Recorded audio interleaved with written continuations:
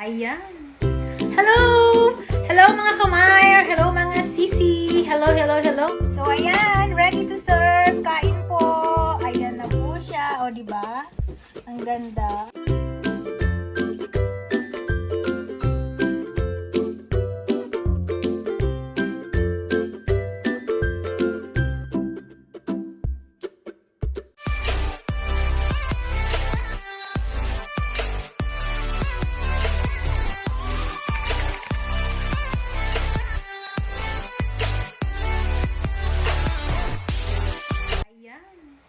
Hello!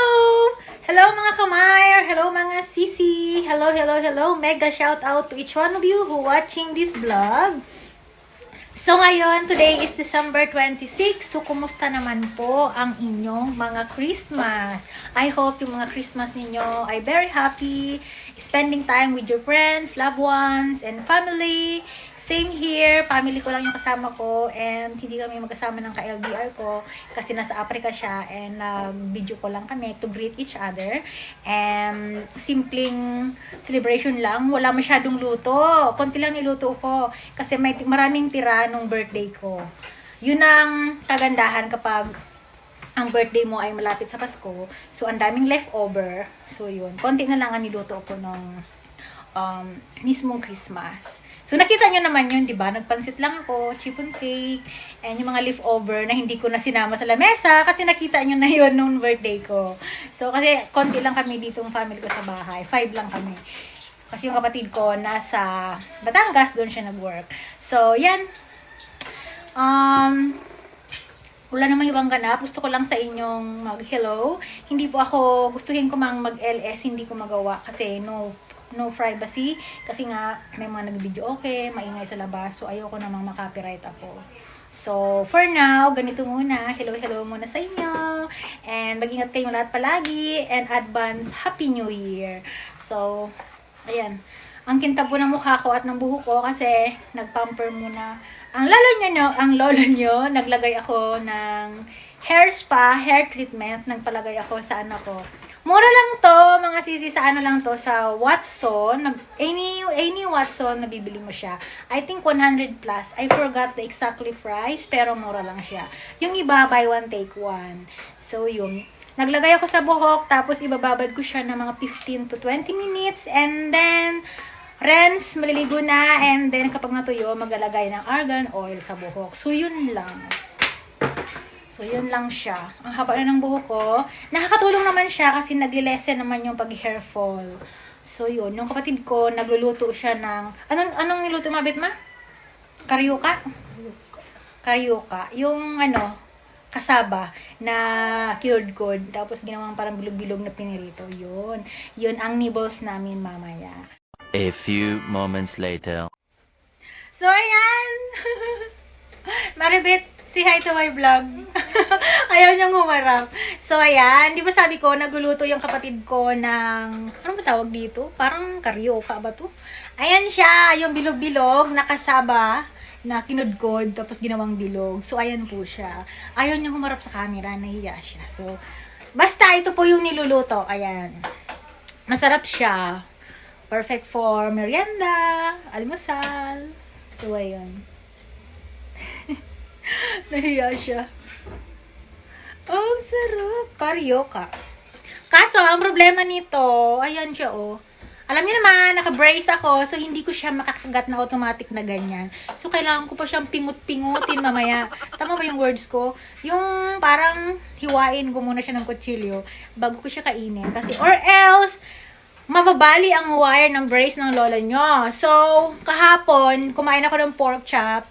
Yung pinakadulo, na na siya. Natanggal na. So, holiday, walang dentist. Kaya aantayin ko na kung kailan ulit mag-open yung dentist para bumalik, para ipaayos siya. So, magbabayad ako ng, I think, 300. So, yan. Di ba? Kaya, kailangan, ingatan mo yung brace mo na, wag magsitanggalan. Kasi, magbabayad ka. So, yeah. Kain muna ako. Hindi ko na mapakita sa inyo kung paano ako kumain. Kasi, alam niyo na yan, ang pangit kong kumain. So, ayan. Ito na po yung sinasabi ko sa inyo na kasaba. Ayan. Ang tawag namin dito ay parang karyoka. Ayan. Malutong po siya. Kapag sobrang tagal na pinirito, magiging matigas. Kailangan, ang technique po ay dahan-dahan lang yung, yung apoy, mahina lang, and then, slightly lang na ipiprito, wag sobrang tagal, para hindi siya matigas at makunat. So, ayan, kain po, mga kamayar. Ang sarap po niyan. Kita nyo naman, ayan. Mainit-init pa, bagong ahon sa kawali.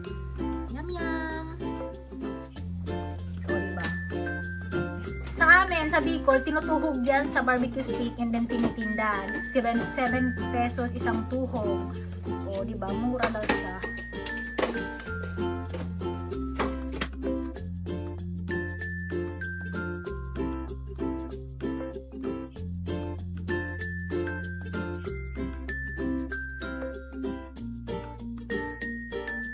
A few moments later.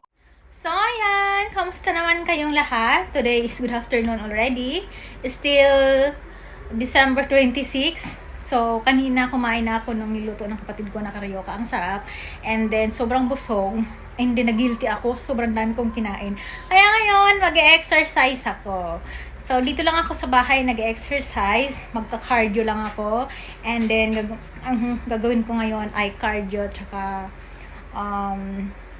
legs exercise and glute exercise. So, mag-exercise po tayo mga kamay, mga sisi.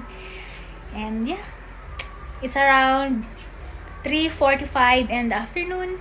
And mag-exercise muna ako. The next day. Hello! Good morning! So, today is another day. December 27, mabet? December 27, 2020. So, kakagising nyo lang. Ala, nakita nyo? Huwag yung mapansinin to. Salon pass ito. Ano ba yan? Naglagay ako ng salon pass ko gabi kasi ang sakit ng bato ko. Hindi ko alam. Tapos nagka-sinus ako. Nasobrahan yata akong kakakain ng malamig. Salad, ice cream. Ayan. Tapos, it's been 2 days na naulan. Sabi may low pressure daw. May bagyong dalawa. Kaya mag-ingat po kayong lahat palagi na nandito sa Pilipinas, ha? Ngayon, umiinom ako ng green coffee para makapag-take na ako ng gamot ko mamaya. Umiinom ako ng every 4 hours ng Robitussin capsule. Yan, kasi medyo may ubo ako. Nasobrahan talaga sa salad. And yeah, I wish all of you, everyone, have a nice day. Kumusta kayo mga kamay, mga sisi ko dyan, sa mga lagi nag-aabang at nanonood, nagtatsagang manood ng mga randomness vlog ko. Maraming salamat po sa inyo. So, malapit na nga ang New Year. So, ano yung mga handa ninyo? Kami, simple lang yung plano naming handa. Normally, Graham. Yan. Simple lang. Kaya hindi pa totally nakakapag-grocery para sa New Year. But siguro mga 30 or 29 yan, time na para mamili, 'di ba? So, pangit ang pangit tingnan ng salon pass. Malaki yan, ginupit ko. Yung isa nandito, hindi obvious. Nakita nyo lang yung nandito. So, don't mind. Well, effective yan Effective kapag naglagay ka ng salon pass. So, yun. Nagluto ako ng ginataang ube. So, yan. Yun yung ano namin ngayon. Almusal. Pero ako, mamaya pa ako kakain kasi hindi ako nag-aalmusal. Coffee lang ako or biscuit and then mamaya na ako kakain na tanghali. So, ayan. Sana masaya tayo ngayong darating na New Year. Finally, matatapos na yung 2020. It's been a hard year for all of us. But, yeah. One thing that I learned this year, 2020, that patience. That good things, great things takes time. Especially sa mga LDR. I think we all learn na ngayong 2020 talagang patience. And everything and good things takes time. Hindi lahat ng gusto natin, wish natin, makukuha natin agad-agad. Of course, patience is the key. So, of course, tiwala kay God. So, ayan. Have a nice day all! Kain muna ako! So, ayan. Nagluto po ang kapatid ko ng pansit bato. Ito po ang pansit bato ng Bicol. So, yung mga taga Bicol lang ang may alam nito. So, hinaluan siya ng pechay and then ng sardinas. Ayan. Yum, yum.